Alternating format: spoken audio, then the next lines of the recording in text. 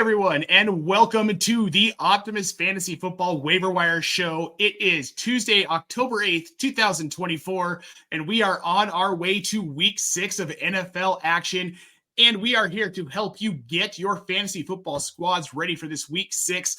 Mike, we've got a lot of weird changes coming today for the most part. We'll start with Robert Saleh is out in New York for fantasy purposes. Is this a big deal to you? No, not really. I think we have Rodgers as a cut still. He's probably going to start throwing goal line touches. Breece Hall probably become even less valuable. At least that's what he did on his way out in Green Bay, right? He threw 1 million goal line touchdowns and won MVP. He got his way, but it didn't help the team win. That's what I would expect here too. What about Davante Adams? Do you still think he's headed to New York? No, I don't. No. Okay. I mean, it's kind of mixed in the media. Some people think it's imminent. Some people think it's not going to happen. But here's another question. Does Davante Adams play another snap for the Raiders? No. I think he probably wants to go to the Saints. Remember, he's friends with Carr, and he went to the Raiders to play with Carr.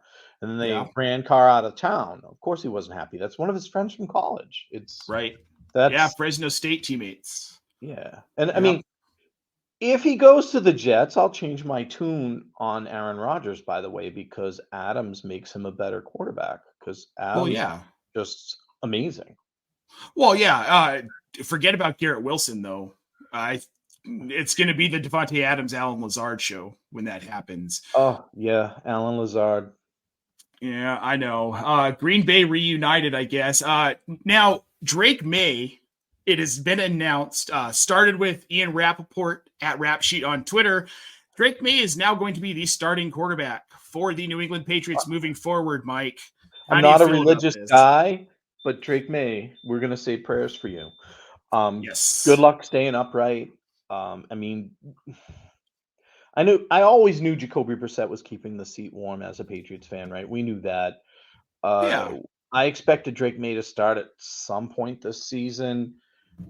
Word is they were saying he wasn't ready, and now it's like, the heck with it, give him a shot, because Jaden Daniels doesn't have the greatest offensive line, but he's doing really well. Caleb Williams supposedly doesn't have the greatest offensive line, and he's doing better. When the matchup's easy, he does well. Right. So they're throwing him into the mix. Okay, we'll see how it goes. I do think it's good that they waited for Bourne to be back, right, before throwing him out there, because he's the best route runner out of the wide receiver group. So, that'll help, because where he'll be all the time. He's always going to be where he's supposed to be. So we'll see.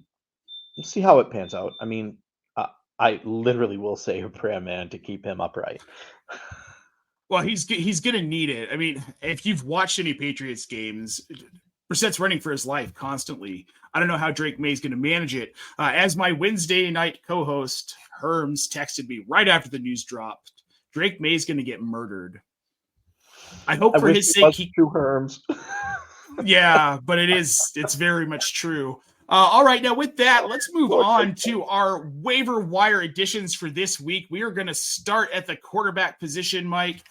We've got Kirk Cousins right now rostered in only 45% of leagues. Joe Flacco, the ageless wonder there in Indianapolis, at 5% rostered. And then Will Levis, the second-year guy coming back from injury, 3.8%. This is an interesting group of quarterbacks. I noticed Bo Nix isn't on here. I just wrote him up.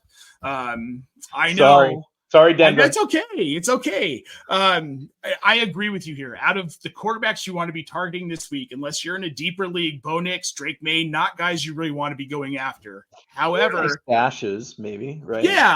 Yeah, deeper league guys where you can afford to sit on them for a few weeks and take the discount now before they maybe possibly become more expensive. Now, Kirk Cousins actually looked a lot better, Mike. He's starting to gel, right, with those receivers. The chemistry's building. I mean, him and Drake London and Darnell Mooney really got it going. 509 yards and 4 touchdowns. Pretty Falcons record, good, right? Like, pretty good. I think if you need a quarterback, he's your must-add at quarterback this week. Yep. Yeah, he's got to be your number one priority right now. I would say, though, Flacco is close for me. I agree. Especially because I wrote about it this week in my quarterback waiver wire column that if you're an Anthony Richardson manager, you need to just go get him. Go get him rostered. He's probably available in your league. His style of play lends himself to getting hurt. I'm not going to call him injury prone, but the dude plays so incredibly physical and is willing to take big hits. And those are going to end up in injuries. There's no way around it. We're going to see Flacco for at least 3 or 4 more starts this season. I can feel it. And he's producing. And I mean, I hate to say this for those Anthony Richardson fans out there, but if you have Pittman or Downs, hell, even Pierce after this last game, I think you prefer Flacco at quarterback, right? Yep. Like the only useful wide receiver at all was Pierce, and it was on like 4 targets a game. I know he produces down the field with that sporadically, right? But still, Michael Pittman and Josh Downs are like, I don't know, 60 times better with Flacco at quarterback because they get 10 targets apiece. Pittman got a touchdown. Pierce got 2. It's funny because we talked about how maybe we were a little bit off of Alec Pierce with Flacco at quarterback. Because it turns out Flacco can still throw that deep ball, man. Well, yeah, and he's turning into a really good deep threat, right? Like, I mean, yeah. But we kind of knew it before the season. I think we knew Alec Pierce was the deep guy, and that's why we got excited about him in fantasy a little bit with Anthony Richardson, that big arm. We did. Not everybody else. We did. Not everybody else did. We did. That's a fair point. It paid off a little bit. Now, Will Levis here, he's coming back off of the bye after, he hasn't played especially well. But what I will say here, 3.8% rostered, you're probably not going to have to really even pay for him this week if you want to roster him. And at the very least, he has a roughly 10-point floor. I wouldn't even say a 10-point floor. You know who they're playing this week, right? Yeah, they've got Indy. They got Indy. Last 3 games against Indy. Caleb Williams, 363 yards, 2 touchdowns. He hasn't been good, folks. Justin Fields, 312 yards, 1 touchdown. Remember, this is the game that got everybody excited about Justin Fields. He did not produce that well this week after that. Trevor Lawrence, back on track, 371 yards and 2 touchdowns. Will Levis can suck and still get you 20 points against the Colts. I'll just leave it at that. Yeah. We're probably looking at 300 yards. It'll be the 4th week in a row. Don't be surprised if that happens because he has good wide receivers. The Colts, for some reason, can't cover anybody right now, at least for the past 3 weeks. Yeah, no, Will Levis is definitely a good play this week. Now let's move on to running backs. It's a little more open here, but almost as gross. We're going to start with Trey Sermon in Indianapolis, who is rostered 49% of leagues on ESPN. We've got Tank Bigsby over in Jacksonville in 9.7% of leagues. Tyrone Tracy rostered in 18% over there with the Giants. Dare Ogunbowale. I don't know if I said Ogunbowale. Dare Ogunbowale. Dare Ogunbowale is rostered in 1.7% of leagues. The Texans running back. I'm going to say this week for me, the priority ad is going to be Tank Bigsby, Mike. He's done so much with the opportunities he has been given in this offense. Well, and Etienne had a shoulder issue that kept him out in the second half. So with that, I would say the same, right? He had 101 yards, 2 touchdowns. And he caught another ball for 28 yards. If Etienne's going to miss any time, Bigsby looks great. And he's doing well splitting the time, right? Yeah. So I like him there as well a lot. After him, I would say Tyrone Tracy. I don't know if Devin Singletary's coming back next week or not. And if you keep hearing dinging, my smart refrigerator thinks the door's open when it's not, and it has to be serviced now. That's how smart. Oh, that's fun. Fun times. It's very annoying. I do want to point out here with Tracy, 18 carries for 129 yards. The Giants got the win against Seattle. I think if you're Brian Daboll, you know that your job's in jeopardy, right? You've got to know that. If this team doesn't do something, show something, Tyrone Tracy showed something. He sure did. Just like Wendell Robinson and Neighbors have, right? I mean, we both have said it about Wendell, right? Yeah, 12 catches, 36 yards, right? Yeah, he's Sure, not and it going holds true every anywhere, week. but he keeps catching the ball. And Neighbors was a guy they needed, especially if Neighbors is out. Tyrone Tracy's producing. I Yep. mean, somebody asked me about Darius Slayton, by the way, as well. Like, why would they move away from him after this big game? I said, I don't know, but coaches tend to do it all the time when their backup Right. producing. I don't know why. But Well, and I would Slayton's think history is so Tracy boom bust. Tracy produced. There was some hype for him in the preseason. I mean, Yep. I expected more catches for a guy that used to be a wide receiver. That's where I thought the volume would come, not with the carries. But the production was good. I personally had to play him in some leagues, and I played him in DFS, but I had to play him in some leagues, and I was super happy with 129 yards. Like, Yeah. No, it's ecstatic. nothing to shake a stick at, especially when you're taking it from essentially who is considered a handcuff play at this point. Now, Dare Ogunbowale, 15 carries for 30 yards, but that's not the impressive part this past week. He had 6 catches for 57 in PPR formats. Ding, ding, ding. You want that production. He's more valuable than Cam Akers for me in fantasy as long as Mixon is out. He's the guy that I want. We mentioned him on the show last week in that Mm-hmm. capacity. If you Yep. were going to add one, you want the pass catcher. It's Dare Ogunbowale.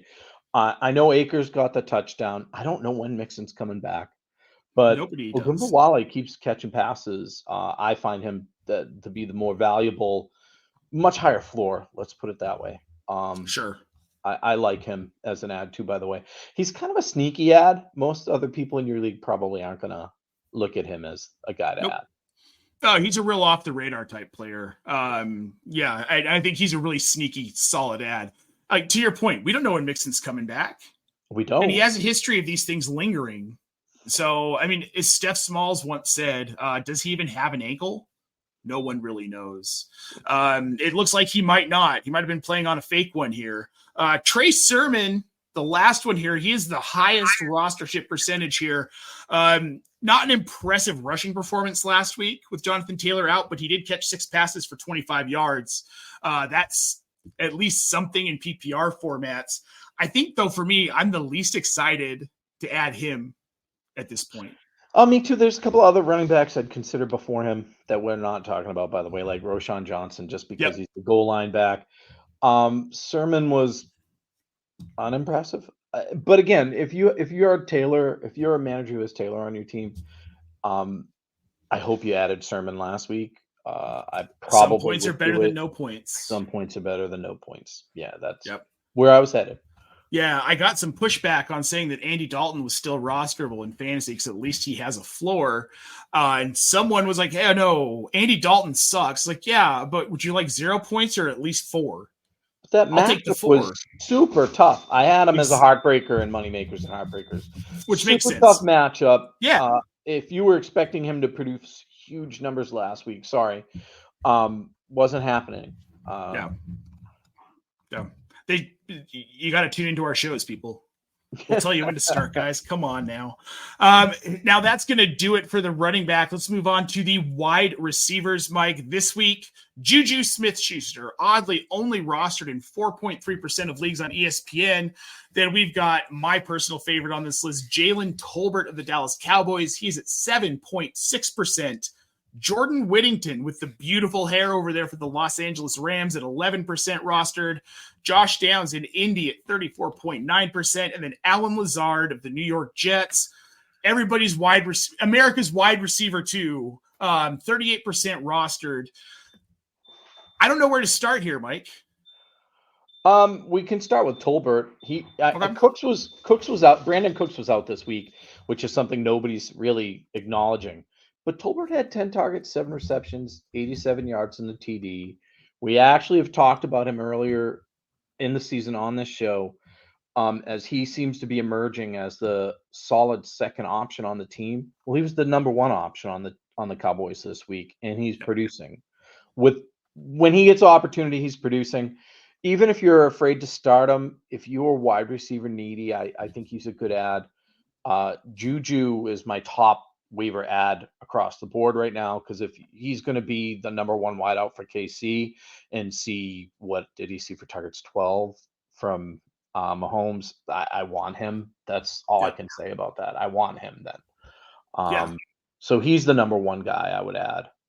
Then I would do Smith-Schuster's, I think he's the number one ad out of all of these players that we're going to talk about this week because he has the most value. On the wire. Yeah, on the wire in general. I think he's the number one ad. Though I will say Tolbert's probably my number 2 on this list, with Alan Lazard being a really close third. God damn, that Lazard guy just keeps cranking out double-digit fantasy points every week. Yeah, his floor seems really high. I'm in too now. I added and dropped him before the games this week on a team where I needed a wide receiver because I was like, touchdown dependent. And God damn it, he did it again. Yeah. His weakest game as far as targets went, where he only had 3 against New England, he still got a touchdown, which put him into double-digit fantasy points. I think Rodgers can throw him a football, and they can both have their eyes closed, and he can still catch it. Yeah. Right? So that the chemistry, we just can't beat that. They've been playing together for a long time. So every year of their career they spent together. And you love that chemistry. Now, Josh Downs, he's one that I think we were really big on him last week. With Flacco. We kept specifying if Flacco's in there, we want Josh Downs. And I think we still do, right? 100%.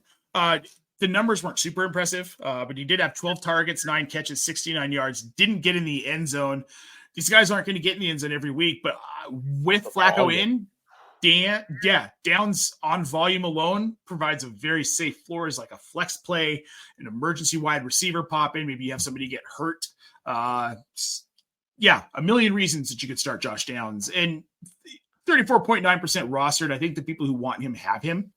You're probably not going to need to drop much fab. You're not going to need a high waiver priority to get him this week. Well, it's like Whittington. If you want to wait till after waivers process, you might be able to add Whittington if you need wide receiver help. He saw 10 targets, right? 7 receptions, 89 yards. In all honesty, a touchdown would have just bumped that way up. That's a good game. I'll take that if that's what he's going to get. Yeah, same. All right, well, let's move on to tight ends now. This is where it gets fun. We got 2 for you guys. We've got Colby Parkinson of the Los Angeles Rams, 47% rostered.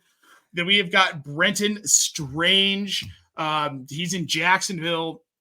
Evan Ingram, is he playing? Is he still in the league? Once again, they're telling us on Tuesday he's going to play this week. This is only the 3rd or 4th week in a row of that. I know because he was my most rostered player in redraft. I drafted him everywhere. But Brenton Strange has been producing without him there, and not on super high volume. But again, he's getting 8-9 fantasy points a week. Was 4 targets, 4 receptions, 24 yards, and a touchdown this week. It also has coincided with Trevor Lawrence's games getting better, that he's using the tight end a little more than he did the first couple of weeks of the season. So, I mean, if Ingram's not playing, I'm more than okay with adding Strange and plugging him into your lineup as a tight end with tight end roulette, because I think you're going to at least get something. Yeah. Since Ingram's been out, 9 points, 4 points, 12 points. Yeah. I'll take that from a tight end at this point, because you're not even getting that level of consistency from Travis Kelce right now. That's going to change. But I will take that consistency. I think it's kind of the same thing for me with Parkinson. Against Green Bay, he had a huge week, 13 targets, 7 catches, still hasn't found the end zone. But again, on that volume, 5 targets, 7 targets, 13 targets the last 3 weeks. A couple of overthrows the past 2 weeks in the end zone way too. But he's getting the targets. I don't think anybody looked at him as being this amazing pass catching tight end ever in his career. But if he can produce a floor like this, get you 30 to 50 yards and 5 to 7 catches, you can't ask for more than that right now, unfortunately. No, not at tight end. Not at tight end. Not at tight end. Yeah. Oh, man, no, it's bad. I'm still going to just keep getting Mike Gesicki every week, right? Just pray. Cross your fingers and pray. We're going to get into our drops now for this week. Guys, you can reliably get rid of right now to make some room for some of these guys that we've talked about. The first one we're going to talk about is Aaron Rodgers. And there are some caveats to this because we just found out Robert Saleh got fired today. Jeff Ulrich is their interim head coach. Thank God it's not Nathaniel Hackett. There was some concern there. You saw that Saleh was fired. You wondered what they were going to do. He's just not producing. He looks old. He looks tired. And this can all change if he gets his way, because if you recall the last MVP season he had in Green Bay, if they got inside the 10, he was throwing.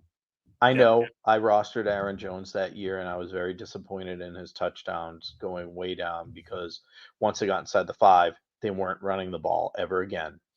And Rodgers just kept throwing touchdowns. And I mean, that'll bump his fantasy production way up. And if someone like Devontae Adams does end up there, to have him with Lazard and poor Garrett Wilson, if that happens. But you'll see him throw a ton of touchdowns again. Like, that's what will happen. He'll just be throwing once he gets inside the red zone. Well, and we might be talking about him as an ad in a couple of weeks. We're going to have to see what happens. They've got a month to trade Devontae Adams over in Las Vegas. So we'll have an answer to this sometime in the next 4 weeks, I suppose, hopefully. The next one up is Justin Herbert. We all kind of saw the writing on the wall, right? With Greg Roman, with Jim Harbaugh. We talked about it. And it couldn't be more true. It's just he's not fantasy viable at this point. Those coaches look at your team, your real football team, and say, how can we make this the most boring product we can put in front of fans? Like, that just seems to be what they did. Yep. We're going to be as boring as possible. I didn't draft Herbert myself in redraft anywhere, because I didn't like the coaching changes. And coaching matters. There you go. Coaching matters a lot. Coaching matters. Justin Herbert's QB 29. Ugh, yuck. Yeah. So, we've seen the decline. He was QB 9 his rookie season, QB 2 the season after, but then QB 11, QB 17 last season, only played 13 games, and then QB 29 this year. I kind of feel like that's where he's going to track. He might slip in as maybe like QB 23 or 24 towards the end of the season, but there's nothing in this offense to indicate that that's actually going to happen. Only if they play the Colts every week. If they play the Colts, that's one game you might want to play him. He might get 300 yards that game. They do not play Indianapolis this season. Oh, there you go. So that dream will not be happening. No, they've got strategy out the window. They've got Denver's defense this week. So if you're going to be dropping him, do it now. Get out from under that. Now, Rachaad White, RIP to my sweet, sweet RB1 Prince. It's over for him. If you were still holding on to Zamir White, I hope you let him go too. But yeah. Oh God, yeah. I think people hopefully did that a while ago. I don't know. I didn't check his rostership numbers, but some people. Then the last one here, Carson Steele, another beautifully haired gentleman in his rookie season out of UCLA, the 21-year-old supposedly wonderkind that so many people were obsessed with. In week 3 against Atlanta, he had 17 carries for 72 yards, looked serviceable in that offense, had 8 fantasy points. Since then, he's had negative 1.4 points and 0.2 points. His other fantasy point turnouts this season, negative 0.6 points and 0.3 points. We're talking about a guy who's not that fast. He's never seen a tackle he's wanted to try to break, right? Or I should say evade, right? He might want to break it, but he can't evade it. He's just taking it. When they signed Kareem Hunt, I wasn't even lukewarm on spending your fab on Steele or Pirine, right? Because I was like, oh man, these are secondary options. When they signed Hunt, I tweeted out that you probably want to add Hunt, right? Mm-hmm. He's most likely not going to do much week 1 with the team, but you might want to add him. And in a couple of weeks, he's probably going to get to work. Someone told me I was an idiot. He said they have this 23-year-old, and then they rectified and said 21-year-old superstar with young legs and Steele. Why would you say to add Hunt? Dude, he's not a superstar. I mean, Superstar. He's a special teams player. They like him. He was an undrafted free agent, and I'm not a draft capital guy, but No, the other measurables, slow and that's a problem. and not elusive at all, right? Also a problem. It just didn't bode well, and then he fumbled. So, Yeah. and now you have the gang is back together with Kareem Hunt, who's friends with Mahomes still. Juju, who somebody's insinuating he's on steroids, but yeah, Steele out, way out. Yeah, no, should have never rostered him. Yeah, hope you didn't blow your fab on him. Unfortunately, I think a lot of people did. Now we're going to move on to defenses. This is more of the streaming nature, I suppose. Here, we're going to start with the Colts defense this week against the Tennessee Titans. I mean, I think this speaks for itself. Will Levis is back. So Will Levis could get 300 yards, but the Colts defense can still be a great play, right? Like it's turnovers. Something, yeah, there's going to be turnovers. There are going to be turnovers, fumbles, interceptions from Levis. It's an inevitability. Now we've got the Eagles defense up against the Cleveland Browns this week. Again, another one that I think just speaks for itself. Deshaun Watson is awful. Has anyone looked worse? I mean, they had this great matchup this week. I have Amari Cooper rostered on teams. I played Amari Cooper. I made it to 10 fantasy points. And at the end of that game, I was like, oh, thank God I made it to 10 fantasy points. Watson just looks disinterested. Yeah. I don't know if there's another way to sum it up. He doesn't look like he even wants to be on the field. Well, I think what was very telling was that fourth down where they had too many men in the huddle and he walked off. And I get it. You're not going to get a playoff. Nothing's going to happen. It's a penalty or it's a penalty. You get off the field, right? But instead of being upset, he just kind of looked like, meh. I don't think he cares. I don't think he cares. A quarterback who's competing is pissed off about that. He's saying something to the coach. Well, I think Cooper was more pissed off about that. I think he was the one counting the people, right? Like, what the hell? Yeah. It's over for Deshaun Watson. It's only a matter of time before we see Jameis Winston and his beautiful 30 touchdown, 30 interception. I'm willing to go back to church to pray for that one too. I love Winston. Same. So much fun. Oh man, so much fun. Now the Steelers up against the Las Vegas Raiders. This is kind of a no-brainer for me. You've got to fire up and go get the Steelers this week. See what Denver did to Vegas last week. Steelers are a better defense. Great defense. Yeah. Really good real-life defense. They should have a field day. Yeah, they absolutely will. And then the Bengals up against the New York Giants, despite Daniel Jones showing some flashes, enough that I think he's in deeper leagues. He's worth a waiver ad on 2QB and Superflex. They still cough up the ball, right? They still cough up the ball. They still cough up the ball. Yeah. From a fantasy perspective, it's a really good defense to get going this week. For sure. Well, all right, guys. I think that covers all of the waiver wire stuff that you need to know for this week. Definitely make sure you check out OptimusFantasy.com. We have quarterback and running back up now. I'm going to have tight ends, wide receivers, and streaming defenses ready to go here in the next few hours and up on the site for you. Just to remind you guys moving forward this week, we have got the wrong one up there. First of all, thank you all for watching. You can catch me again tomorrow night with the one and only Herms. We will be live right around 11 p.m. Eastern Standard Time. And then on Thursday, I will be live with the one and only Casey Kasem, 5 p.m. Eastern. We're going to run through the Thursday night slate, start sits, and some post-waiver ads. Then on Friday, we have got the Q&A show live, as well as DFS Live. I forgot to download that promo. You can catch Mike and I right around 4 p.m. Eastern Standard Time with some DFS main slate plays. Then check us out for the Q&A live at 6 p.m. Eastern. We had a great week last week, Mike. We did. Tons of people. Yes. And we had a lot of questions. No questions today. No questions today. I'm shocked. I know, it's all right, though. If also I wanted to throw out there, if you're in Florida, be safe. Yes. Please be safe. Thanks for watching.